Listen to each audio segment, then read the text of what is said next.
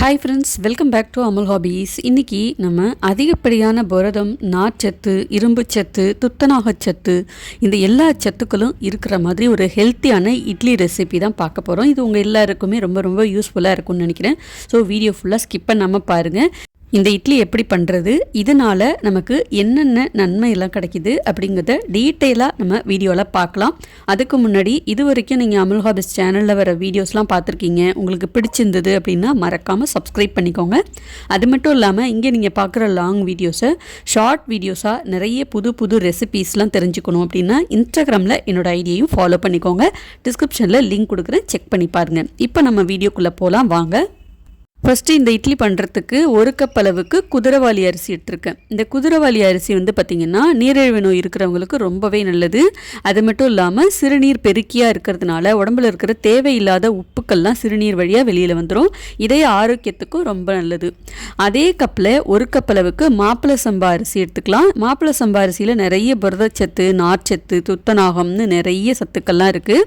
இந்த 2 அரிசியும் நல்லா தண்ணி ஊற்றி கழுவிக்கணும். கழுவிட்டு நல்லா தண்ணி ஊற்றி ஒரு 8லேருந்து 12 மணி நேரம் ஊற வச்சிடணும். மாப்பிளை சம்பா அரிசி கொஞ்சம் நல்ல மொத்தமாக இருக்கிறதுனால அது கொஞ்சம் ஊறுறதுக்கு டைம் எடுக்கும். குறைஞ்சபட்சம் ஒரு 12 மணி நேரமாவது நல்லா ஊற வச்சுருங்க. இது ஊறட்டும். எந்த கப்பில் அரிசி எடுத்துருந்தோமோ அதே கப்லேயே 1/2 கப் அளவுக்கு வெள்ளை உளுந்து, அப்படி இல்லைன்னா கருப்பு உளுந்து, ரெண்டுத்தில் எது வேணாலும் நீங்கள் பயன்படுத்திக்கலாம். நான் வெள்ளை உளுந்து தான் எடுத்திருக்கேன். 1/2 கப் உளுந்து எடுத்துகிட்டு நல்லா கழுவிட்டு தண்ணி ஊற்றி ஊற வச்சிடலாம். உளுந்து ஊறத்துக்கு ரொம்ப டைம் எடுக்காது, ஒரு 4 மணி நேரம் ஊறினா போதும். 2 ஸ்பூன் வெந்தயம் 8 மணி நேரம் ஊற வச்சு எடுத்துக்கலாம். இப்போ ஊற வைக்கிறது எல்லாமே ஊற வச்சாச்சு. அரிசி உளுந்து எல்லாம் நல்லா ஊறினதுக்கப்புறம் மிக்ஸி ஜாரில் தான் நான் இப்போ மாவு அரைக்க போகிறேன். நீங்கள் தேவைப்பட்டால் எப்போதும் போல் நம்ம இட்லி மாவு அரைக்கிற மாதிரி கிரைண்டரில் கூட அரைச்சிக்கலாம். முதல்ல உளுந்து போட்டு அரைச்சிட்டு அதுக்கப்புறமா அரிசி போட்டு அரைச்சிக்கோங்க. மிக்ஸி ஜாரில் தான் அரைக்க போகிறோம் அப்படிங்கிறதுனால நான் முதல்ல அரிசி போட்டுட்டு அதுக்கப்புறமா உளுந்து போட்டு அரைச்சிக்கிறேன். கொஞ்சமாக தண்ணி ஊற்றி எப்போதும் போல் இட்லி மாவு பதத்துக்கு அரைச்சி எடுத்துக்கோங்க. தேவையான அளவுக்கு உப்பு போட்டு கையால் நல்லா கரைச்சி விட்டுறணும். கையால் கரைச்சி விட்டால் மட்டும்தான் மாவு நல்லா புளிக்கும். சரியாக ஒரு 8 மணி நேரம் கண்டிப்பாக இதை வெளியிலே வச்சுட்டிங்கன்னா நல்லா புளிச்சு வந்துடும். நைட்டு 8:30 மணிக்கு நான் இந்த மாவு அரைச்சிருந்தேன். காலையில் 6 மணிக்கு நல்லா புளிச்சு வந்துடுச்சு. மாவு நல்லா புளிச்சாதான் இட்லியும் நல்லா சாஃப்டாகவும் இருக்கும், சாப்பிட்றதுக்கும் நல்லா டேஸ்ட்டாகவும் இருக்கும். இப்போ பாருங்கள், இட்லி மாவு நல்லா புளிச்சு வந்திருக்கு. இந்த மாதிரி நல்லா புளிச்சு வரணும், அப்போ தான் இட்லியும் நல்லாயிருக்கும். இது குளிர் சீசன் அப்படிங்கிறதுனால டக்குன்னு இட்லி மாவு புளிக்காது. அதுக்கு நீங்கள் என்ன பண்ணலான்னா, நல்ல சுடு தண்ணி காய வச்சுட்டு அதுக்கப்புறம் இட்லி மாவை அரைச்சிருக்கோம் இல்லையா, அரைச்ச உடனே சுடு தண்ணி வச்சுக்கிற பாத்திரத்தில் வச்சுட்டிங்க அப்படின்னா 8 மணி நேரம் கழித்து நல்லா புளிச்சு வந்துடும். ட்ரை பண்ணி பாருங்கள். இப்போ நம்ம எப்போதும் போல் இட்லி எப்படி ஊற்றுவோம் அந்த மாதிரி ஊற்றிக்கலாம். இட்லி தட்டில் நீங்கள் எண்ணெய் தடவிட்டும் ஊற்றலாம், அப்படி இல்லைன்னா துணி போட்டும் வேக வச்சு எடுத்துக்கலாம்.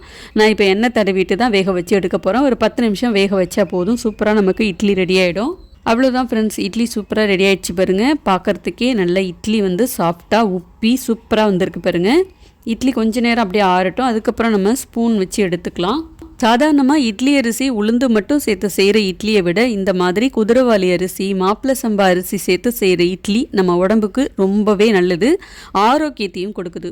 குதிரைவாலி அரிசி எடுத்துக்கிறதுனால இதையும் ஆரோக்கியமாக இருக்கும். அது மட்டும் இல்லாமல் இதில் நிறைய நார்ச்சத்து, மெக்னீஷியம், பொட்டாசியம் நிறைய சத்துக்கள்லாம் இருக்குது. இது ரத்த அழுத்தத்தை கட்டுப்படுத்துறதுக்கும் கொலஸ்ட்ராலுடைய அளவை குறைக்கிறதுக்கும் இதய ஆரோக்கியத்துக்கும் ரொம்பவே நல்லது. இந்த குதிரைவாலி அரிசியை இட்லி, தோசை செஞ்சு சாப்பிட்லாம், கஞ்சியாகவும் செஞ்சு சாப்பிட்லாம், புலாவ், கிச்சடி இந்த மாதிரியும் செஞ்சு சாப்பிட்லாம். இப்போல்லாம் எல்லா வீடுகள்லையும் பார்த்தீங்கன்னா பொன்னி, ராஜபோகம், சீரக சம்பா, பாஸ்மதி அரிசி இந்த மாதிரி பலவித ரக அரிசியை தான் சமைக்கிறதுக்காக நம்ம பயன்படுத்துகிறோம்.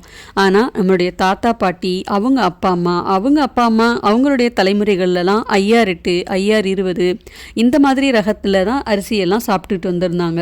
அதனால தான் அவங்க 80 வயசில் கூட இன்னும் ஆரோக்கியமாகவே இருக்காங்க. இந்த இட்லி பார்த்திங்கன்னா வெள்ளையாக இருக்காது, நம்ம சாதாரணமாக செய்கிற இட்லி மாதிரி இருக்காது, சிகப்பு கலரில் தான் இருக்கும். ஏன்னா இதில் மாப்பிளை சம்பா அப்படிங்கிற ஒரு அரிசி சேர்த்துருக்கோம் இல்லையா, அந்த அரிசி சிவப்பு நிறத்தில் தான் இருக்கும்.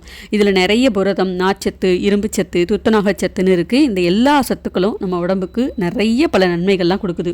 இந்த மாப்பிளை சம்பா அரிசியை நம்ம அடிக்கடி உணவில் சேர்த்துட்டு வரும்போது நோய் எதிர்ப்பு சக்தியும் அதிகமாக கிடைக்கும். சாதாரண காய்ச்சல், தலைவலி இதெல்லாம் வந்தால் கூட நமக்கு இது ரொம்ப அதிகமாக பாதிக்காமல் டக்குன்னு சரியாயிடும். உடம்புல சோர்வை நீக்கி சுறுசுறுப்பை தரதுனால நரம்புகளுக்கும் வலிமையும் கொடுக்குது. அதிகப்படியான நார்ச்சத்து உள்ள உணவுகள் சாப்பிடும்போது தான் நமக்கு புற்றுநோய் வராமலும் நம்மளால் தடுக்க முடியும். உடம்புல இருக்கிற தேவையில்லாத கெட்ட கொழுப்பை கரைக்கிறதுனால ரத்த அழுத்தம் சீராக இருக்கும், இதய கோளாறுகளும் வராமல் தடுக்க முடியும். பட்டை தீட்டின வெள்ளை அரிசியை விட இந்த மாதிரி மாப்பிள்ளை சம்பா சிவப்பு அரிசி சாப்பிட்றதுனால சர்க்கரை வியாதிக்காரங்களுக்கு ரொம்பவே நல்லது. இதில் இருக்கிற அதிகப்படியான நார்ச்சத்து சர்க்கரையை கட்டுப்படுத்துறதோடு மட்டும் இல்லாமல் தசை மண்டலம், இரத்த மண்டலம், நரம்பு மண்டலம் எல்லாத்துக்குமே ரொம்ப வலுவாக இருக்குது. ஸோ இவ்வளோ சத்து நிறைந்த இந்த இட்லியை நீங்களும் கண்டிப்பாக செஞ்சு பாருங்கள், உங்களுக்கு ரொம்பவே பிடிக்கும். சாதாரணமாக நம்ம சாப்பிட்ற இட்லியை விட இந்த இட்லி ரொம்ப சத்தானதாகவும் இருக்கும், ஆரோக்கியமானதாகவும் இருக்கும். இதுக்கு என்ன சட்னி சாப்பிட்லாம் அப்படின்னா, சாதாரணமாக நம்ம வீட்டில் என்ன சட்னி செஞ்சாலும் சாப்பிட்லாம். இந்த சட்னி ரெசிபி வேணும்னா ஷார்ட்ஸில் கொடுத்துருக்கேன், தேவைப்பட்டால் லிங்க் கொடுக்குறேன், செக் பண்ணி பாருங்கள். தக்காளி சட்னி, கார சட்னி, சாம்பார் எது வேணாலும் வச்சு சாப்பிட்லாம். ட்ரை பண்ணி பார்த்துட்டு உங்கள் ஃபீட்பேக் எனக்கு சொல்லுங்கள்.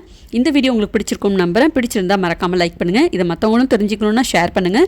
அடுத்தடுத்து வர ரெசிபீஸ்லாம் தொடர்ந்து பார்க்கணுன்னா அமுல் ஹாபிஸ் சேனலையும் சப்ஸ்கிரைப் பண்ணி சப்போர்ட் பண்ணுங்கள்.